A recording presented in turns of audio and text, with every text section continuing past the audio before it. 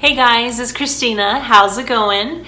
So for today's video, I wanted to talk about how I set up my classroom for the upcoming year, especially for some of you new teachers that are wondering how to set things up, or maybe you've been teaching for a while and you're just looking for some ideas. These are some things I have done. Okay, so one thing that comes in really handy for me during the summer is I'll get like a notebook, and it's kind of like my idea book, I guess you could say. And I got this last summer and I've been using it again this summer and I absolutely love it.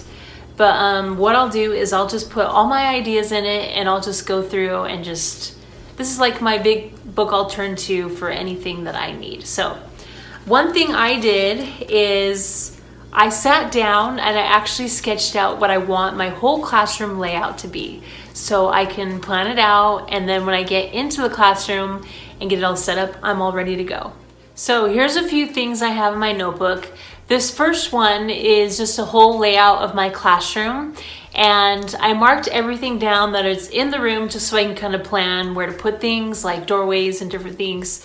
And it's really important to have like a main hub for you to work from. So I kind of like to decide where I have my desk, where I do small groups, where I'm going to put their desks, of course, cubbies, and then I like to have a reading area.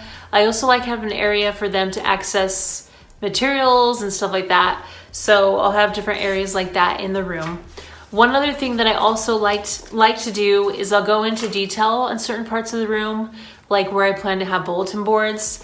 So this is an example from last year. I have a few different bulletin boards I wanted to put up, and I also planned out like where I wanted to put a little workspace if somebody needed like to maybe take a test or work separately from people for a moment, because sometimes they'll say, you know, I can't really concentrate. Is it okay if I step aside to this other desk? And I'll say, sure, that's totally fine. So I like to have that available. So here's a few examples that you can see. Also, if you check out one of my past videos, I talk about theme and how I like to do themes. So before like I get into my classroom, like I just show you, I'll do the whole layout. I'll also decide the theme, and I'll get all the materials I need before school starts as well. Sometimes I end up getting things in August and stuff, but it ends up being a lot.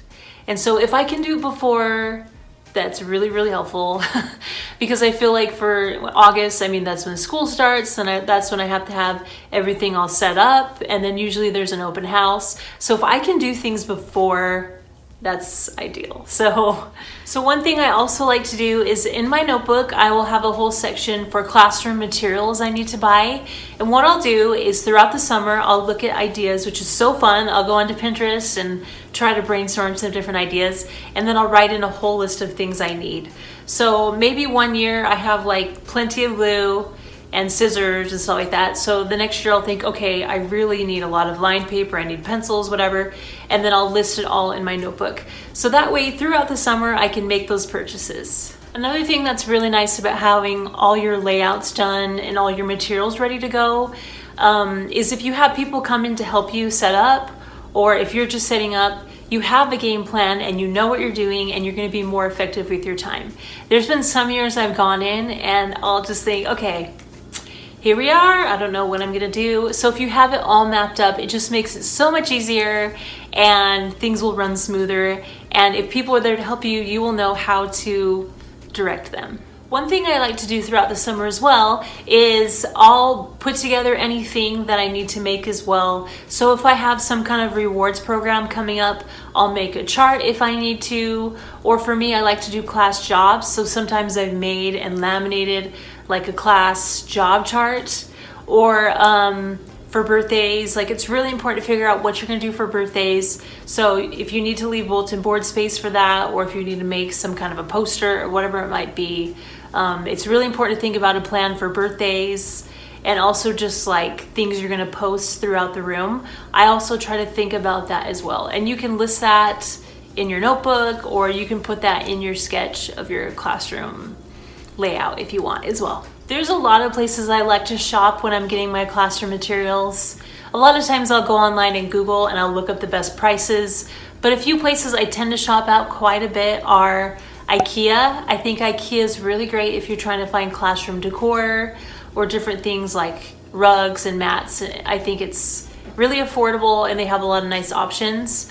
I also like Walmart, especially for supplies. As you've probably seen from one of my past videos, I also like to shop at the dollar store. So I'll see if there's anything there that I can get that's affordable.